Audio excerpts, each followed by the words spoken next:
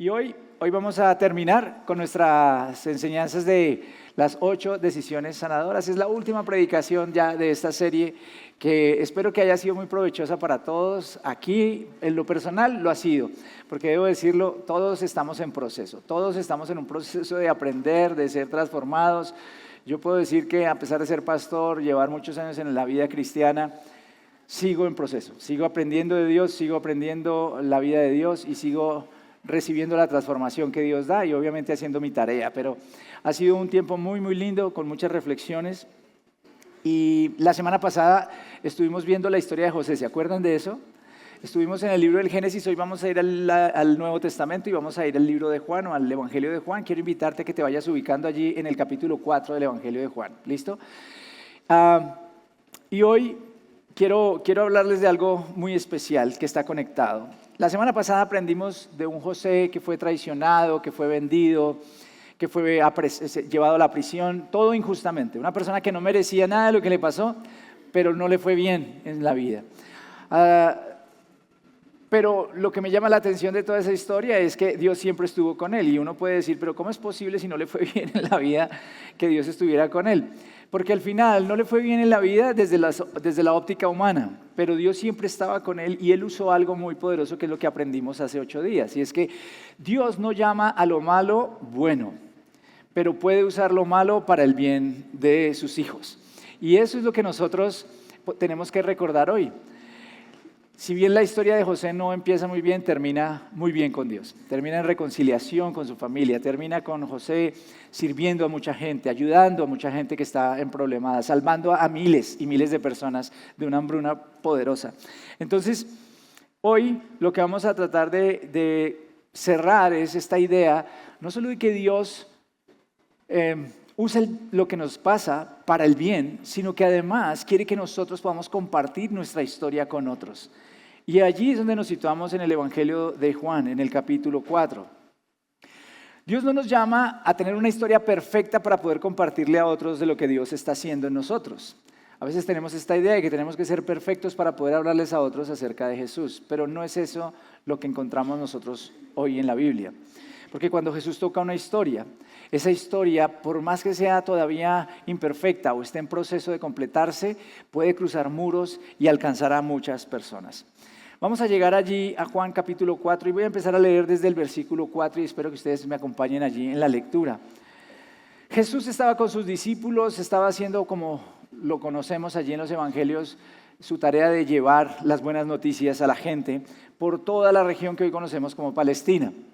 Y dice allí, como tenía que pasar por Samaria, llegó a un pueblo samaritano llamado Sicar, cerca del terreno que Jacob había dado a su hijo José. Allí estaba el pozo de Jacob. Jesús, fatigado del camino, se sentó junto al pozo. Era cerca del mediodía. En eso, una mujer de Samaria llegó a sacar agua y Jesús le dijo, dame un poco de agua. Sus discípulos habían ido al pueblo a comprar comida.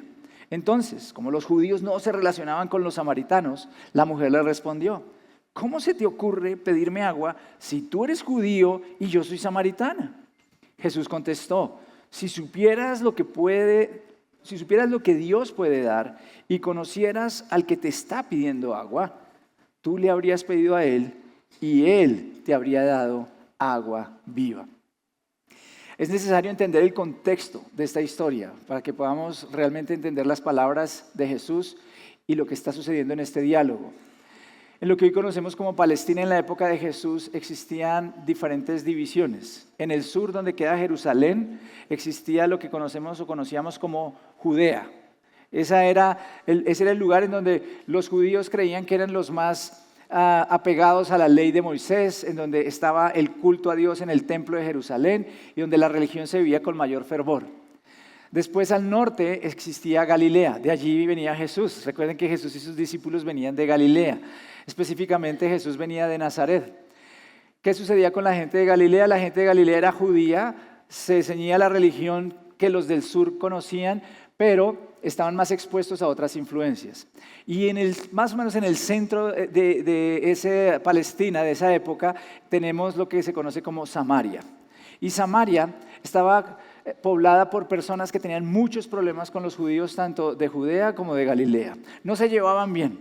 Y la razón es que cientos de años atrás, el reino de Israel se había dividido en dos. Era el reino del sur y el reino del norte. El reino del norte era lo que se conocía como Israel y el reino del sur como Judá. Y el reino del norte fue el primero que cayó bajo el poderío de un gran imperio que se llamó el Imperio Asirio, por allá en el 720 a.C. Y resulta que cuando ese lugar fue atacado, se llevaron a la gente de ahí y repoblaron el lugar. Y la gente que vino a repoblar ese sitio era gente que tenía otras costumbres, otra religión, y se mezcló con las personas que aún quedaban en ese sitio, en Samaria. Eso hizo que se construyera una nueva nación y de hecho un nuevo tipo de adoración o de religión en la época.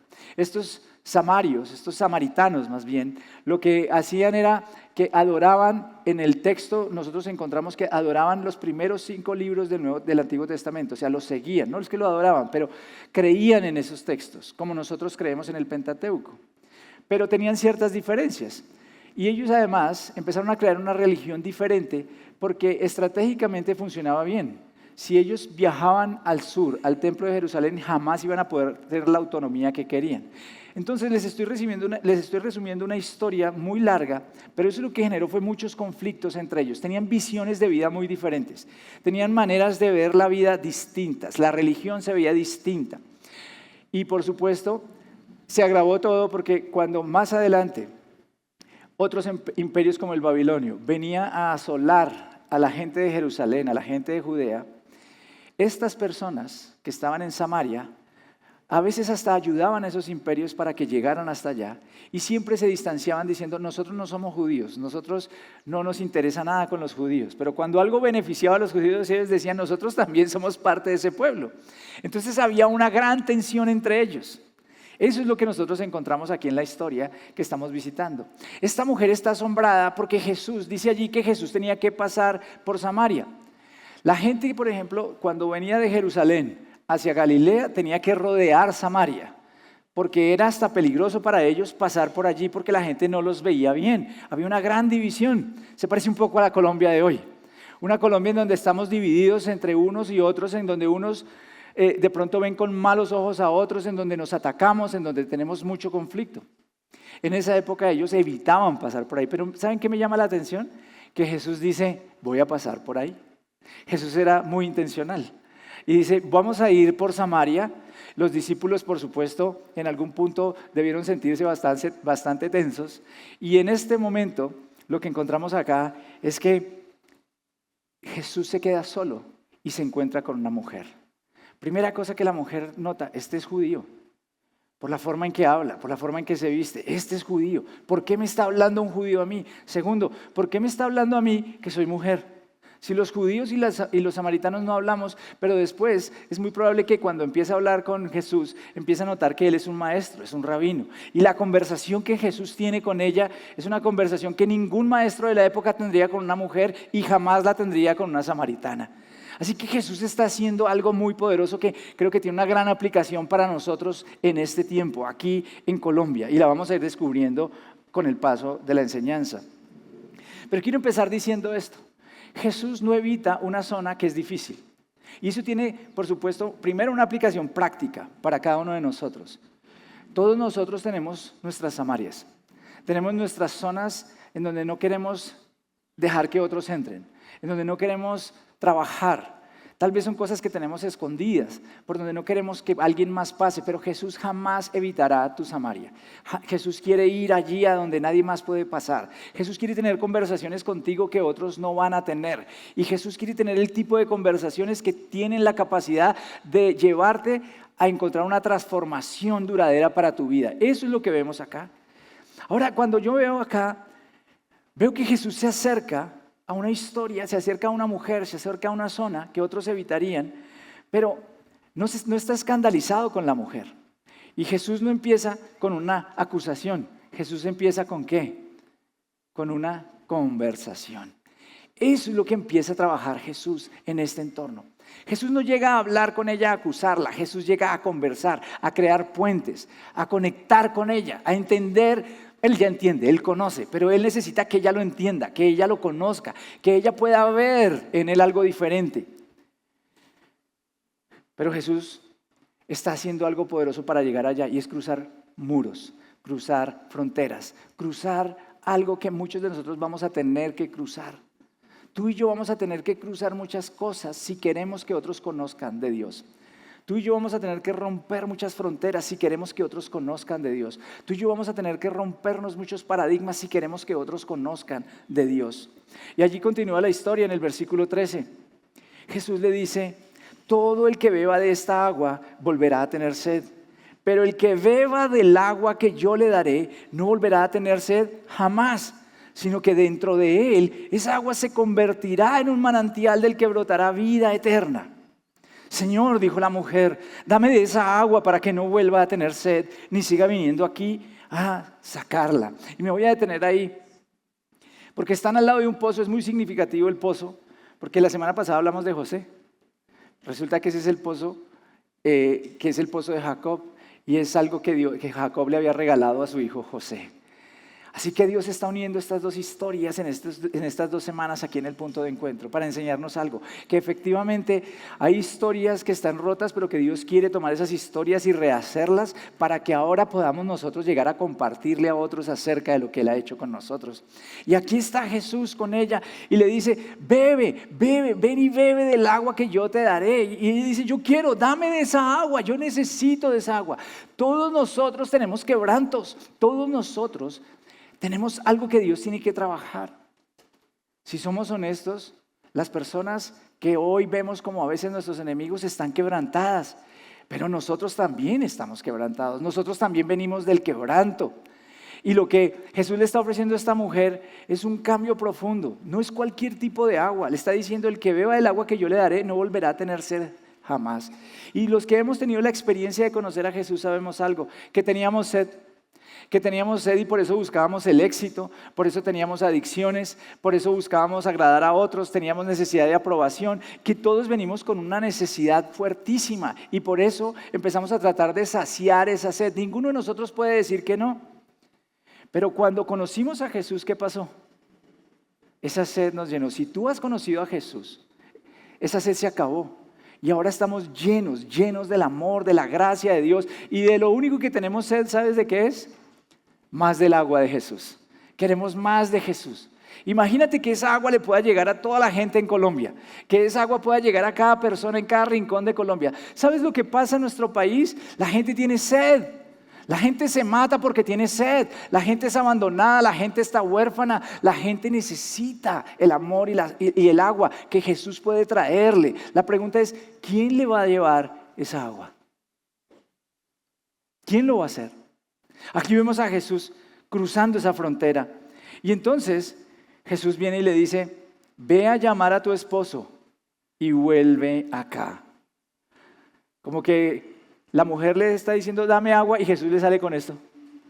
Ve y llama a tu esposo, y entonces vuelve acá. Ella le dijo, no tengo esposo. Jesús le dijo, bien has dicho que no tienes esposo. Es cierto que has tenido 5 esposos, y el que ahora tienes no es tu esposo. En esto has dicho la verdad. ¿Qué está haciendo Jesús allí? Y aquí quiero que nos cambiemos un poco la visión sobre esta mujer. Durante mucho tiempo he escuchado que la visión acerca de esta mujer que tiene 5 esposos es algo así como que esta era una mujer un poco complicada, por llamarlo de alguna forma. Era una mujer que había tenido muchos hombres, muchos esposos. Y creo que a veces nos hemos aproximado a la historia diciendo, esta mujer era como casquivana. ¿Sí se usa esa palabra hoy o no? No.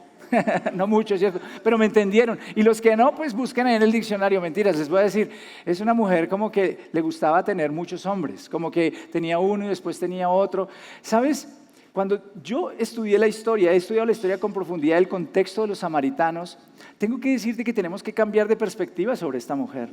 Porque no es probable que esta mujer fuera la que hubiera causado tener 5 esposos y hubiera abandonado a muchos hombres, o era una mujer que le gustaba tener muchos hombres. Por el contrario, lo que quiero explicarte hoy, después de haber estudiado el contexto y las palabras que hay en el texto de Juan, Me he encontrado con una mujer que probablemente lo que había vivido era el abandono constante. Era el abandono de un hombre que tal vez la había despreciado. En la ley del Antiguo Testamento se le podía dar la carta de divorcio a las mujeres cuando el hombre simplemente no quería estar con ellas, ¿sabías? Era bastante injusto porque un hombre podía despreciar a una mujer y simplemente enviarla afuera y darle carta de divorcio. O la mujer podía haber quedado viuda y una vez que enviudaba, entonces se podía casar con otro hombre. Lo cierto aquí es que esta es una mujer que está quebrantada. Esta es una mujer que ha sido abusada tal vez, es una mujer que ha sido abandonada, es una mujer que ha sido despreciada, es una mujer que ha sufrido lo que muchas mujeres en nuestro país han sufrido, lo que muchas mujeres en el mundo han sufrido. Y lo que está haciendo Jesús acá no es avergonzarla de ninguna manera. Lo que está haciendo Jesús es que Jesús está poniendo en evidencia lo que ella necesita sanar. Hay algo que Dios tiene que trabajar allí. Porque Jesús no la está acusando. Jesús le dice la verdad, ¿sí te das cuenta? Jesús le afirma la verdad. Jesús le dice, 5 maridos has tenido. Y el con el que estás no es tu marido. ¿Sabes? Yo pienso en esta mujer como muchas mujeres hoy. Muchas mujeres que han sido lastimadas por hombres y dicen todos los hombres son iguales.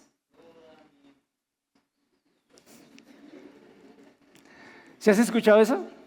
Es que todos los hombres son iguales. Mujeres que han sido lastimadas por sus padres, por sus esposos, por otros hombres. Y dicen, todos los hombres son una porquería, todos los hombres son iguales. Ahora, tú puedes pararte y decir, y atacar a esa persona y tirarle una piedra a esa persona. O puedes, como Jesús, tratar de entender por qué esa persona está diciendo lo que está diciendo. ¿Me sigues? Es muy importante que no pierdas este hilo que hoy estoy llevando. Porque la verdad es que para esa persona todos los hombres son iguales. Lo cual no quiere decir que todos los hombres seamos iguales, ¿cierto que no? No los veo convencidos, ¿en serio? Por lo menos aquellos que hemos conocido a Jesús no somos perfectos, pero no somos abusadores de mujeres. No somos perfectos, pero cuidamos a las mujeres, las nutrimos, las cuidamos. Y entiéndame, nutrimos porque no es que le tengo que dar la comida ya, las nutrimos con amor, con cuidado. Hay que hablar con tanto cuidado en esta época. Pero no todos somos iguales, pero para ellas sí. Hay un dolor que es el que vemos allá. Así que cuando tú y yo vemos el dolor que hay en el mundo, es más fácil para nosotros simplemente lanzar una piedra. Pero me quiero que notes lo que hace Jesús. Jesús no usa piedra. Jesús no acusa, Jesús conversa. Porque la acusación usa la verdad como una piedra. Pero Jesús usa la verdad como un bisturí. Jesús quiere hacer algo especial en el corazón de esa mujer. Jesús sabe que ella está sensible, Jesús sabe que ella tiene una historia. Así que Jesús está trabajando en esa historia. Y lo está haciendo con la verdad. Mi punto es, ¿cómo logramos hablar la verdad en amor? ¿Cómo logramos establecer conversaciones con otros que están heridos y que son diferentes, que tal vez los vemos como nuestros enemigos, pero que Jesús quiere alcanzarlos, sin vender la verdad? La gracia no consiste en que Jesús sabe poco de esta mujer, la gracia consiste en que Jesús sabe todo de ella y aún así quiere trabajar con ella.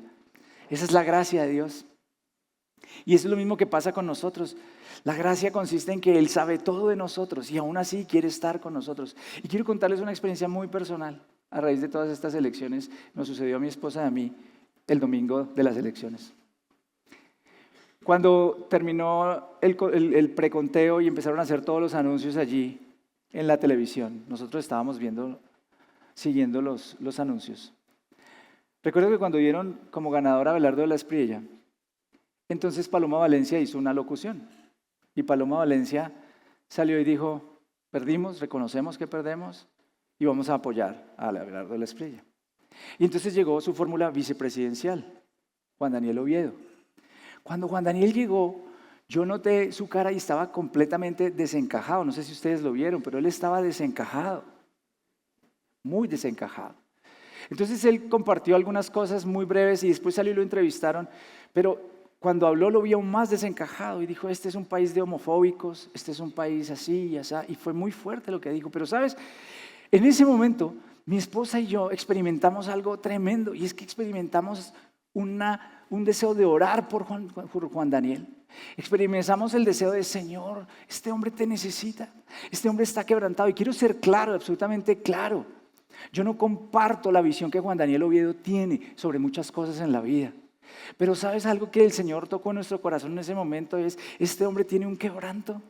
Y la pregunta es, ¿cómo nosotros como hijos de Dios podemos acercarnos a las personas en el quebranto? Y entonces después entendí un poco más por qué estaba tan desencajado, porque vi algunas cosas más de lo que le había pasado antes de llegar allá, y alguien lo había insultado de una forma tremenda, y entonces me puse en los zapatos de este hombre y dije, ¿cómo no puede pensar que este es un país de homofóbicos si a él cuando lo atacan, le atacan lo que él cree que es su identidad? Porque las personas que tienen confusión de identidad sexual han hecho de lo que ellos viven y de su experiencia su propia identidad. Y eso es algo muy poderoso para ellos. Entonces, cuando tú les dices algo, ellos perciben que tú estás atacando quiénes son ellos y su valor. ¿Entiendes? Porque han hecho de eso su identidad.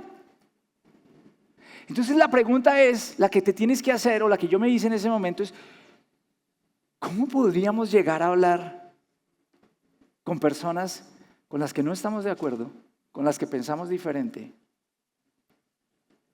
sin vender nuestros principios? Sin decir que sí a lo que ellos creen porque nosotros creemos que no es así. Es que algunos han pensado que se trata de renunciar a nuestros valores y principios. No, y quiero ser claro en eso. Voy a ser muy claro siempre en hablar, pero quiero hablar en amor. Eso es lo que hace Jesús acá. Jesús le está diciendo, ¿sabes? 5 maridos has tenido, el que está contigo no es tu marido. En el orden de Jesús, lo ideal es que ella estuviera casada, pero ¿sabes qué pasa? Una mujer que ha sido abandonada, que le han fallado los hombres, ¿cuándo va a creer otra vez en el matrimonio? Mira hoy a los jóvenes. Los jóvenes no quieren casarse. ¿Y sabes por qué no quieren casarse? Porque no tienen buenos ejemplos de matrimonio. Porque ellos no pueden entender cómo puede que un matrimonio sea bueno cuando en mi hogar las cosas no funcionan. O por otra serie de ideas que nosotros necesitamos entender, en las que no voy a ahondar el día de hoy. Ahora, quiero que entiendas lo que está haciendo Jesús. Jesús está entrando en el mundo de esta mujer. Es lo que nosotros necesitamos hacer, entrar en el mundo de las personas. Pero para poder hacerlo tenemos que estar firmes en nuestras convicciones, porque si no estamos firmes en nuestras convicciones, adivina qué pasa. Nos vamos a deslizar. Pero esas convicciones no se tratan de ideas abstractas, se trata de convicciones que se desarrollan conociendo a Dios, caminando con Dios, entendiendo su palabra, porque es su palabra la que nos forma a nosotros, la que nos renueva y transforma nuestra mente. Jesús hace cosas maravillosas allí con esta mujer, porque le está diciendo, hay historias que comienzan a sanar cuando dejas de esconderlas, cuando las abres. Y cuando Dios empieza a entrar en esa historia y empieza a transformar. Jesús no se queda en la superficie, Jesús entra a trabajar con la gente. Y la mujer le dijo, wow, Señor, me doy cuenta que eres un profeta. Es que es increíble lo que pasa. Jesús está allí y nadie le ha contado la historia de ella, pero Él se la revela. Él es Dios, Él conoce. Es maravilloso lo que hace Jesús. Porque solamente Jesús puede producir ese efecto en la gente. Solo Jesús puede cambiar el corazón de las personas. ¿Sabes algo que he experimentado como pastor y lo he experimentado aquí en la iglesia y lo experimento frecuentemente? Y es un poquito de esto. Es poder orar y preparar una predicación sin conocer a las personas que se sientan acá y de pronto que alguien al final de una predicación se acerque y te diga, ¿quién le contó a usted mi vida? Dios la conoce, yo no la conozco, no tengo esa capacidad, pero Dios sabía que tú ibas a venir y de alguna forma en su soberanía Él logra trabajar para que un ser tan imperfecto como el que está aquí parado pueda enseñar algo que de alguna forma Dios pueda usar en su palabra para tocar el corazón de la gente. Fue lo que me sucedió a mí cuando vine a conocer a Jesús. Yo recuerdo cuando llegué a la iglesia en ese momento y iba con mis amigos y yo era un chico complicado, como les he contado en muchos sentidos, y estaba allí y de pronto este predicador, este pastor está predicando ese domingo y todo lo que decía era como si conociera mi vida. Y yo miraba a mis amigos y yo decía, estos le contaron, estos lo prepararon. ¿Sabes? No, Dios te conoce. Y si hoy vienes por primera vez a este lugar, quiero decirte, Dios te conoce. Dios conoce tu corazón. Y si vienes por segunda vez o por 10ª vez, quiero afirmarte eso. Dios te conoce. Y Él te está hablando. Y Él quiere que tú lo conozcas. ¿Sabes? Esta mujer entiende que algo está pasando y le dice, Señor, me doy cuenta que eres profeta. Nuestros antepasados adoraron en este monte, pero ustedes los judíos dicen que el lugar donde debemos adorar está en Jerusalén. Y Jesús contestó, créeme, mujer, que se acerca la hora en que ni en este monte ni en Jerusalén adorarán ustedes al Padre. Ahora ustedes adoran lo que no conocen, nosotros adoramos lo que conocemos porque la salvación proviene de los judíos. Mira, Jesús está hablando con la verdad. Jesús no le está adorando la píldora, Jesús no le está diciendo las cosas que ella quiere escuchar. ¿Sabes cuál es el gran conflicto entre samaritanos y judíos? Que los judíos les decían, no, la adoración viene de los judíos y viene de Jerusalén, ustedes no la pueden cambiar. Y los samaritanos decían, no, nosotros no creemos eso. Ese era el gran conflicto. Y Jesús le está presentando la verdad. Jesús no está diciendo, bueno, vamos a adaptar la verdad, vamos a cambiar esto, vamos a tratar de adaptarnos para que por favor tú aceptes el mensaje que yo te estoy dando. Eso no es lo que está haciendo Jesús. Jesús le está hablando la verdad, pero se la está hablando en amor y le está rompiendo todos los esquemas porque le está diciendo, ¿sabes? Es cierto que los judíos, de allí viene la salvación y es cierto que de allí tiene que venir el Mesías, pero quiero decirte, los judíos también se han equivocado. Porque ha llegado la hora en que entiendas que la adoración a mí no está, o la oración a Dios no está restringida solamente a un lugar, a un templo, sino que es una cosa que está abierta para ti. ¿Sabes? Él viene y reconoce algo. Los judíos les quitaron a ustedes la posibilidad de adorar. Yo vengo a abrir la posibilidad de que ustedes adoren. Y Jesús está abriendo esa posibilidad, como tú y yo tenemos que abrir la posibilidad de que otros vengan a conocer a Jesús a través de nuestra vida, de nuestro testimonio. Pero tendremos que preguntarnos si nosotros tendremos la actitud de Jesús para hacerlo. La sabiduría de Jesús, la firmeza y el amor de Jesús. Eso es lo que nuestra Colombia necesita.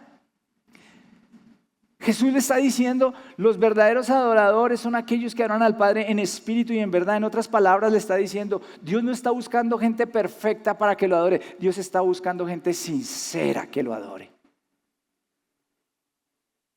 Gente que realmente lo quiera buscar. Gente que realmente lo quiera obedecer. Porque la adoración tiene que ver con obediencia, tiene que ver con conexión con Él, tiene que ver con muchas cosas, no con ritos. Porque muchos hemos visto la vida cristiana como ritos. Jesús le está rompiendo esta idea a la mujer como la tiene que romper a nosotros. Algunos ven el cristianismo como una serie de ritos que yo hago. Yo oro a ver si Dios me escucha. Yo oro a ver si conmuevo a Dios de alguna forma. No, Dios te escucha. ¿Sabes qué es lo lindo que pasa cuando oras? Que tú escuchas a Dios.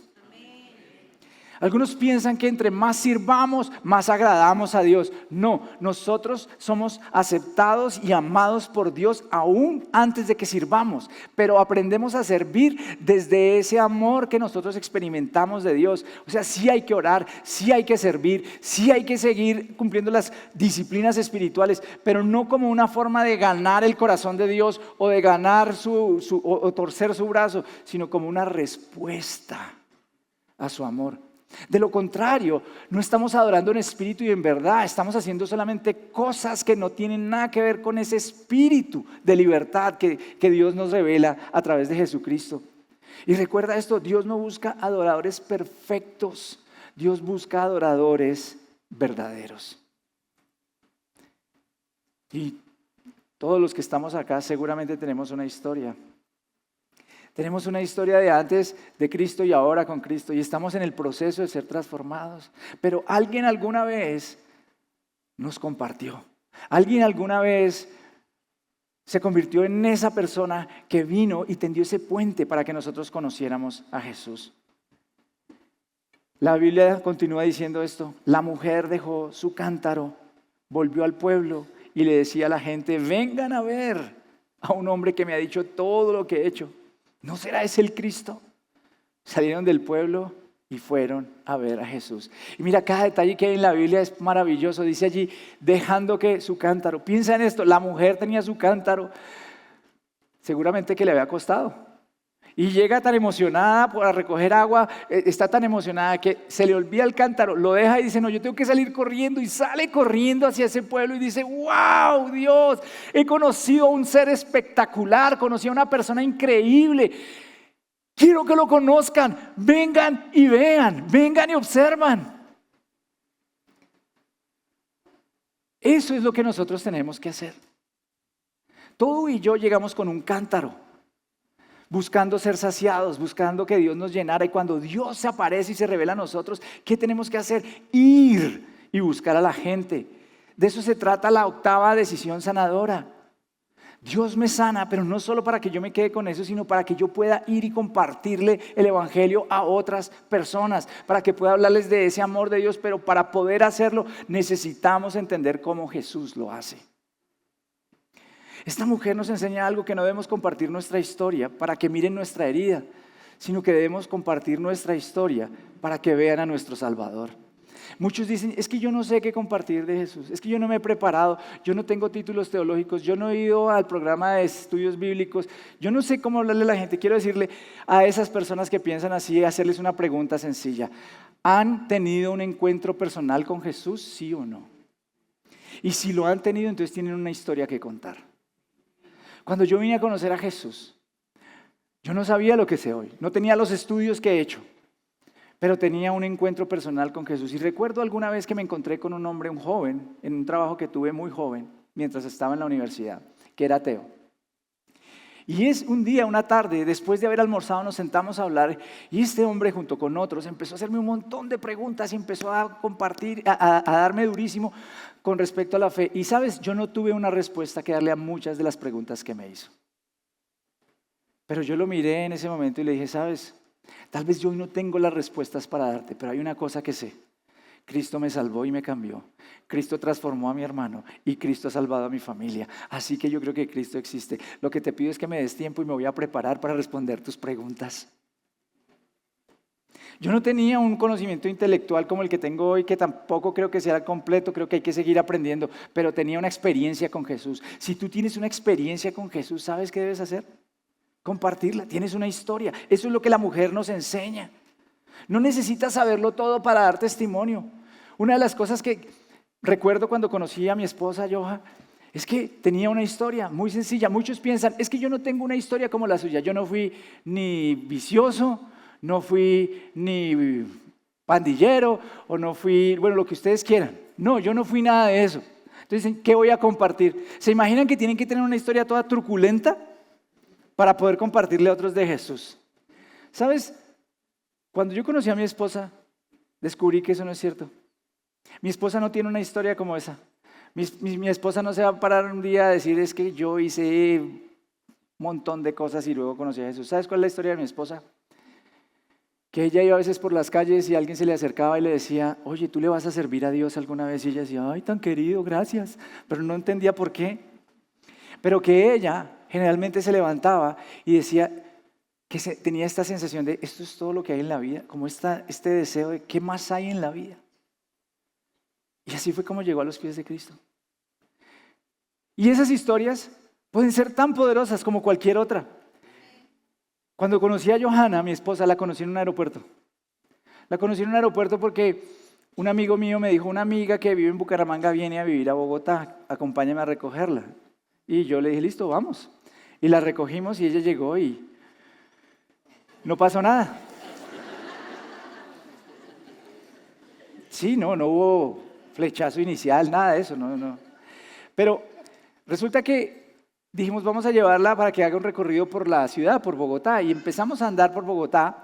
Íbamos por la séptima, por allá, por la 100 algo, ya no me acuerdo exactamente la dirección. Pero mi esposa dijo, yo hace años estuve acá y estaba visitando a una amiga.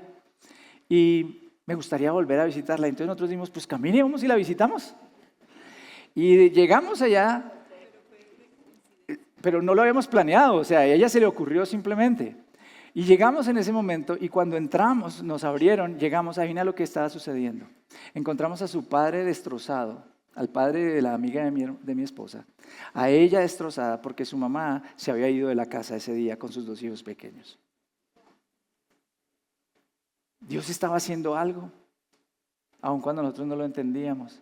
Habíamos llegado a un pozo, aunque no lo entendíamos. Pero yo recién llevaba unos minutos, unas horas de conocer a Johanna y recuerdo que ella empezó a compartir su testimonio acerca de Dios.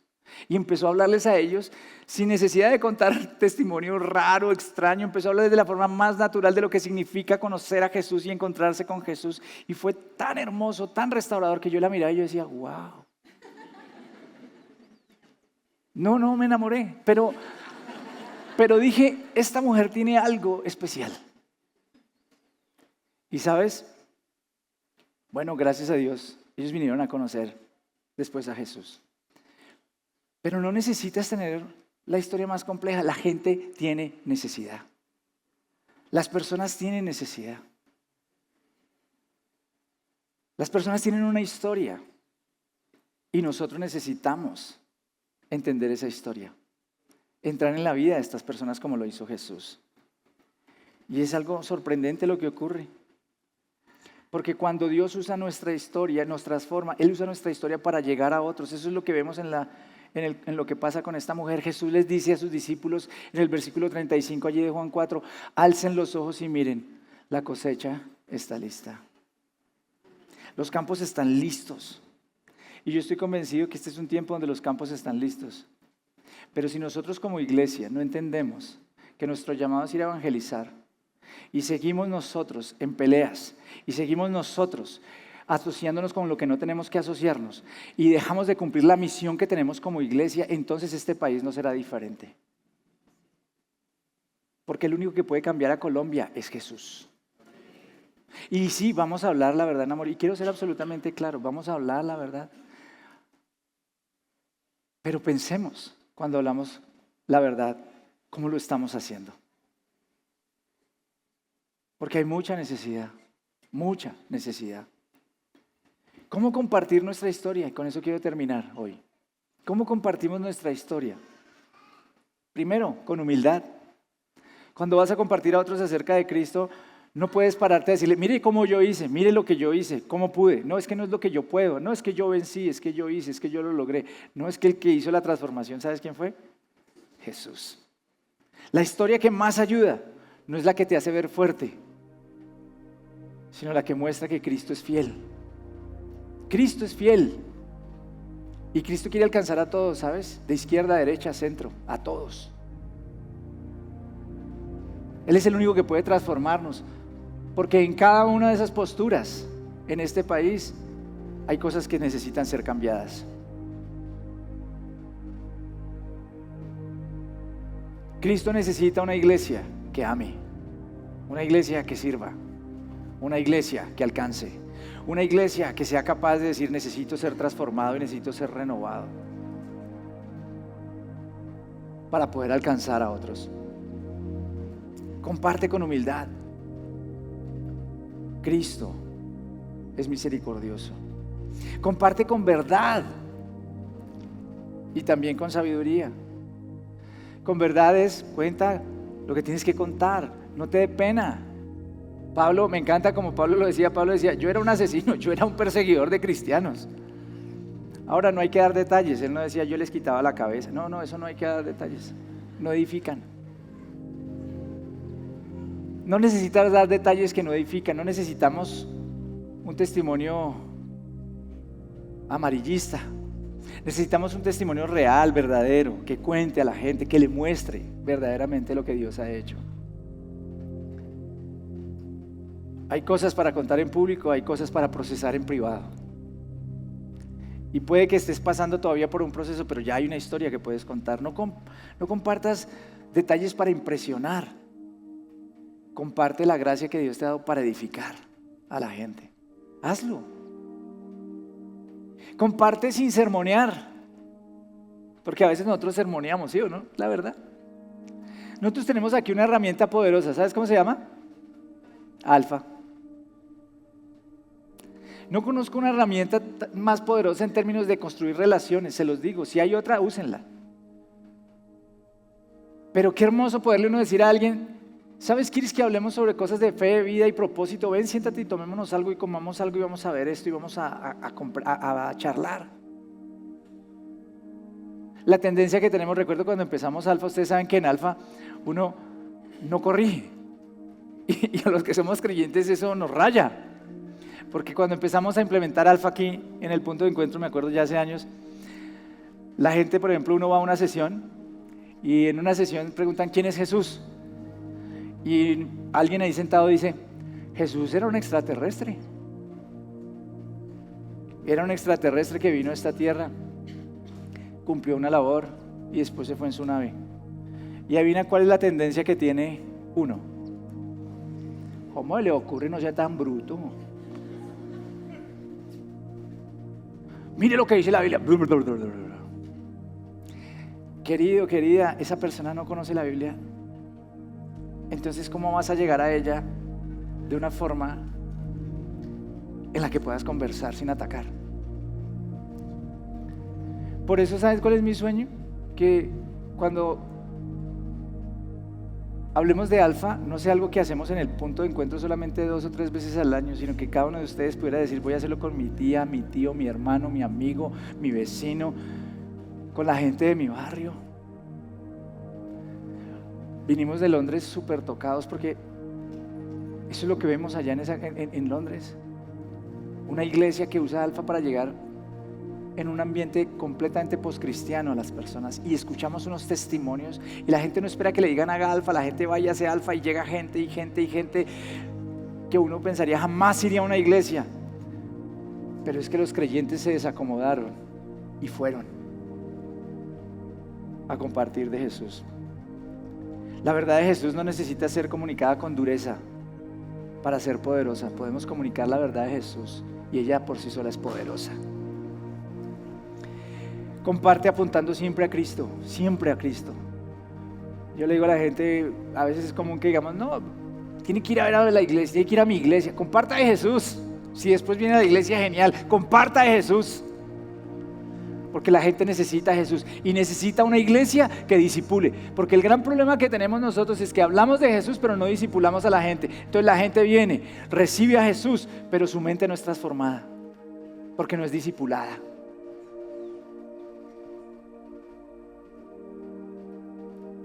Así que hoy quiero simplemente invitarte a que pienses, ¿qué ha hecho Jesús en tu vida? ¿Qué ha hecho Jesús en ti? Tienes una historia. Y te invito a que ahora ores y le digas, Señor, yo quiero que me muestres a dónde debo ir. La cosecha está lista, quiero ir. Ahora, si no quieres hacerlo, pues no lo hagas, pero yo quiero invitarte a que lo hagas. Quiero decirte, Colombia nos necesita. Colombia necesita la iglesia de Jesús. Porque resulta que Jesús escogió, fue a la iglesia para hacer su obra, porque si no, Él podría hacerlo sin la iglesia. La pregunta es si nosotros vamos a cruzar esos muros, si vamos a cruzar esas rayas. Pero para hacerlo tenemos que estar firmes en nuestras convicciones, tenemos que conocer verdaderamente la palabra. Señor, yo quiero pedirte de verdad hoy por Colombia, con todos mis hermanos acá. Quiero pedirte que tú obres en nuestros corazones, en nuestras mentes y nos enseñes cómo hacer la tarea en Colombia. Ayúdanos, Dios mío, a cruzar regiones. Ayúdanos a abrazar a la gente con tu verdad y tu amor. Prepara nuestros corazones. Danos un amor genuino por la gente. Danos ojos distintos para ver a las personas, para poder entrar en su historia, para poder comprender un poco más de lo que viven. Hoy oro, Dios, para que enciendas esa llama en nosotros que veo en la samaritana, una mujer que sale corriendo y dice, vengan, vengan, vengan a ver. Señor, nosotros tenemos tanto que contar para decirle a la gente, venga, venga, venga y vea. Hoy te pido que nos ayudes.